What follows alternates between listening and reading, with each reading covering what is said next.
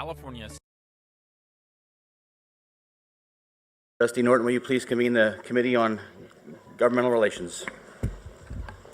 Thank you, Chair Day. Will the Committee on Government Relations please come to order? We had one individual who had signed up to address the committee today during our meeting, but that individual has withdrawn their request. That being the case, it is time to consider the committee's consent agenda. If there is no objection to the consent agenda, hearing none, the agenda is approved. On today's discussion agenda, we have one information item, and that is the state legislative update. And Vice Chancellor Ashley, would you please introduce the item? Thank you, Trustee Norton. The legislature concluded its work for the 2017-18 legislative session at the end of August. This year, the legislature sent more than 1,200 bills to the governor for his consideration. While he vetoed 201 bills, he approved many high-profile bills, including those that dealt with net neutrality, wildfire liability and mitigation, cash bail, female representation on corporate boards, and renewable energy. For today's presentation, we will provide an update on the governor's final actions on key legislation. We will also talk about our preparation for the 1920 legislative session, including a review of the legislative principles which you have as part of your agenda item. These principles will come back to the board for approval in January. And finally, we will provide a brief update on our fall advocacy activity. With that, Assistant Vice Chancellor Kathleen Chever will begin the legislative update. Kathleen? Thank you, Vice Chancellor Ashley. Our last report to you was in July, and as you can imagine, there's been a lot of activity in Sacramento since then. After the summer recess, the legislature returned to complete the Fiscal Committee's review of legislation, and they worked until the end of August to determine which bills to send to the governor for his consideration. The deadline for the governor to act on these bills was September 30th, and you may recall that at the beginning of the year, our office was tracking more than 400 bills and reporting to you on about 40. Of these bills, 19 ultimately made their way to the governor. Your agenda item details the final actions of the legislature and the governor on these bills. As you can see, it's organized to reflect enacted bills starting on page 2. Vetoed bills are outlined beginning on page 4. Additionally, on page 5, you see a list of those bills which became inactive since our last meeting in July. I'd like to highlight a few significant actions. You'll note that several bills which we supported were, in fact, enacted. These include SB 237 on page 2 by Senator Hertzberg. In its initial form, this bill addressed a public safety issue.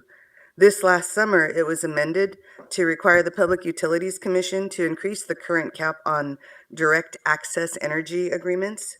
These agreements allow non-residential customers, such as hospitals, schools, and universities, to purchase energy at a better price from non-utility service providers rather than local utility companies. We were happy to support this bill as it created a significant opportunity for our campuses to reduce their energy costs. The governor also signed bills related to student health and well-being. We were pleased that the governor signed SB 1004 by Senator Wiener, which you heard about yesterday in the presentation on mental health services. This bill authorizes the use of Mental Health Services Act funding for the provision of mental health services on our campuses. The bill is outlined on page 2 of your agenda item. The governor also signed AB 1894, found on page 3, which builds upon Assemblymember Weber's previous efforts to increase students' ability to utilize CalFresh benefits on campus for hot meals. This new law creates the opportunity for more of our students to benefit from the restaurant meals programs on our campuses. I'd also like to note the enactment of AB 1887, which clarifies that all CSU students, regardless of their immigration status, may serve on the Board of Trustees and in other campus and system-wide leadership positions. This bill is found on page 3 of your agenda. As you review those bills that were vetoed, you'll note that several pieces of legislation that dealt with issues important to the CSU, but that were identified as problematic to implement, were vetoed. We were very appreciative of the governor's acknowledgement of our concerns and his decision to veto these bills. As you move into the section on inactive bills, starting on page 5, you'll see that neither SB 1225 or AB 2771, bills which would have authorized a Higher Education Facilities Bond Act, were ultimately sent to the governor for his consideration. Although these bills were advanced by both the Senate and Assembly, each author made the decision to hold their bill in their respective houses. Finally, I'd like to make you aware of activity that occurred in the final weeks of session around state authorization reciprocity agreements, better known as SARA. The governor's office engaged legislative staff about advancing legislation that would have authorized California to join SARA. As part of that effort, my staff and I met with these same staff to convey the importance of joining SARA for the CSU. While the measure failed to advance, these meetings with key policy and leadership staff did provide an opportunity for us to reiterate our support for SARA and discuss future possibilities. We were also able to engage in very detailed discussion with these staff about the legislature's concerns. We heard a consistent message from the Assembly and the Senate that the concerns regarding SARA are not about the CSU. They are concerned that SARA is a one-size-fits-all system for public, nonprofit, and private for-profit institutions, which reduces the state's ability to protect California students from poor quality online programs. From their perspective, the financial benefits of joining SARA are not compelling when weighed against their belief that it compromises consumer protection for California students. This is of particular concern when it comes to certain out-of-state online colleges, which, relative to current California law, have little oversight and offer inadequate student protection. The individuals that we met with were clear that several issues would need to be addressed before the legislature would be comfortable moving forward on SARA. We plan to continue our engagement with the legislature and the incoming administration on this issue, and we'll keep you apprised of any changes that would allow a viable legislative option to move forward. We're now in the midst of preparing for the 2019-20 legislative session, which officially begins with the swearing in of new members on December 3rd. For our office, that means that we will be actively engaging legislative staff and members as they begin to construct their bill packages and introduce legislation. It also means that we will begin to adopt bill positions. In anticipation of that work, we want to bring the 2019-20 Statement of Legislative Principles to your attention. These are found on pages 7 and 8 of your agenda. These principles provide the Office of Advocacy and State Relations a framework by which we represent the interest of the system and you as our governing board. While these specific principles were adopted by this board in January of 2017, similar principles have been adopted at the beginning of each legislative session for more than 30 years. Our engagement with the governor and the legislature will be guided by these principles as we consider positions on the policy, legislative, and budget issues that will come before us in the upcoming session. As we will bring these principles to you for formal adoption as an action item in January, we present them for your review today. The slide summarizes each of the 7 legislative principles that will guide our work. Principles 1, 2, and 4 reinforce the role of the trustees for internal governance, collective bargaining, and the budget process. Principles 3, 5, and 6 reiterate our intent to focus on issues that directly and uniquely affect the CSU, and as such, that we look to secure appropriate representation of the CSU on any bodies that may impact our system. Principle 7 addresses the process for adoption of positions on legislative matters, which I will discuss in more detail on the next slide. The consultation process outlined on this slide was designed to recognize the need for flexibility to respond quickly to a fast-moving legislative process. The expectation of this process is that consultation with the trustees flows through the Government Relations Committee and the chair of the board. In addition, it emphasizes the need to keep the board regularly informed as we adopt or change publicly stated positions on legislation. The intent of this process is to allow the CSU to participate fully in fast-moving policy discussions while also ensuring that the work of Chancellor's Office staff is consistent with your policy priorities. These principles served the CSU well in the 2017-18 legislative session, so we will be proposing their adoption for the upcoming session with no recommendations for any change. Also, in preparation for our January meeting, I'd like to note that this fall our office has been engaged with both campus and system leaders to consider a number of potential legislative proposals. Each fall, we actively solicit legislative ideas that enable us to better serve our students, to improve the way we operate, and to ease unnecessary administrative burdens. We're currently in the process of engaging system and campus experts as we evaluate the submitted proposals, and final proposals will come before you in January for your consideration as Board of Trustees sponsored legislation. Finally, I want to note that even though the legislature has been adjourned for the fall, our advocacy activities have continued. A key element of our advocacy during this time are campus visits by administration and legislative staff. In September, San Francisco State and CSU Monterey Bay hosted representatives from the Department of Finance. Both campuses shared their implementation of recent policy changes around developmental education, and they highlighted their online education and teacher preparation programs. They also shared their capital outlay and deferred maintenance successes and challenges. In October, my office organized a legislative staff visit to our Fullerton and Pomona campuses.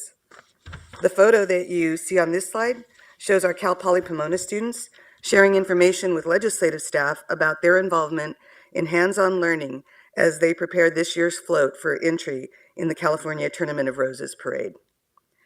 These trips provided an opportunity for key legislative staff from leadership, budget, and policy committees to learn about the campus budget process, unique campus programs, and our progress toward our Graduation Initiative 2025 goals. It also provided an opportunity for them to see our critical infrastructure needs in person. This is only the second year that we've organized this type of campus visit for legislative staff, and we continue to hear from them that these visits are invaluable experiences that help them better understand our campuses and better evaluate and advise on policy and budget proposals that come before the legislature. I want to extend my sincere appreciation to President Wong, President Ochoa, President Vergi, and President Coley for being gracious and informative hosts.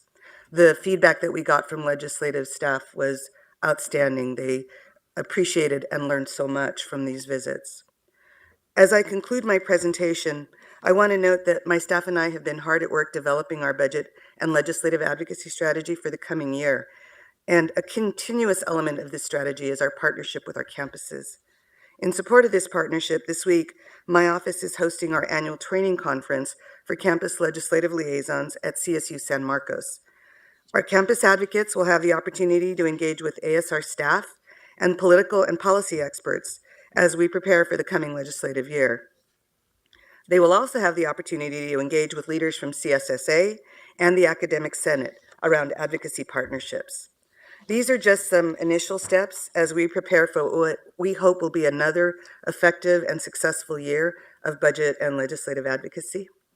That concludes my state update. I'm going to hand it back to Vice Chancellor Ashley for some final comments. Thank you, Kathleen. While the budget advocacy outcomes are always very clear, much of the legislative advocacy work is under the radar. This year in particular, Kathleen's team was very effective in mitigating legislation early on in the process and ensuring that we could focus our advocacy on our budget efforts. I want to thank Kathleen, her team, and campuses in particular for the work they have done this legislative session to advocate on behalf of CSU. Chair Norton, that concludes our presentation. I would like to add my thanks to Kathleen and the staff, to the presidents at San Francisco, Monterey Bay, Fullerton, and Pomona, and to all the individuals on those campuses who participated in these important visits. Questions? I happened to be visiting Cal Poly Pomona the day of, or the evening that the visit started, and I cannot commend the campus or your team, Garrett and Kathleen, because the more we can get the legislators to visit our campuses, the more we shine. It was a brilliant idea and extremely well executed, and I was thrilled that I happened to be there that particular day. So I agree. Thank you. Other comments? Trustee McRory? I just hope that we would continue to the effort to try to resolve the SARA issue. It seems like we are denying access to our students for online courses across the country. I know President Harrison's been very strong on this issue, particularly on behalf of Northridge. Just doesn't seem right that 49 states are part of this system, and somehow California thinks that we can't protect our students from predatory nonprofit university practices. There's got to be some creative way to solve this problem, and it's also a potential revenue generator. And I think there have been some studies done on this where we could actually generate a considerable amount of revenue. So I think this spring we ought to really make a concerted effort strategically in terms of contacting legislators who we know to try to resolve this issue. Thank you. I do appreciate the concerns. I think, again, when we met with the legislative staff, we were able to break down the California law versus what SARA allows. And it's clear that California law that was enacted in 2016 goes way beyond what SARA would allow if we were to join SARA. And it was also clear from the perspective of the legislative staff that they need to be reassured that those protections could be adhered to. So I think moving forward, it's going to require some engagement with SARA, as well as with the legislature, because it was very clear there are definitely protections on the books as a result of California actions, which are distinct from any that were taken in any other state, that would be compromised. And we need to be able to respond in a way that addresses those concerns. So we will continue to engage and continue to have discussions, but I just need to be clear that there really are some significant differences in California law that are unique. These did not exist in the other states that joined. Other comments or questions? Seeing none, Chair Day, that concludes the work of the Committee on Governmental Relations. Thank you, Trustee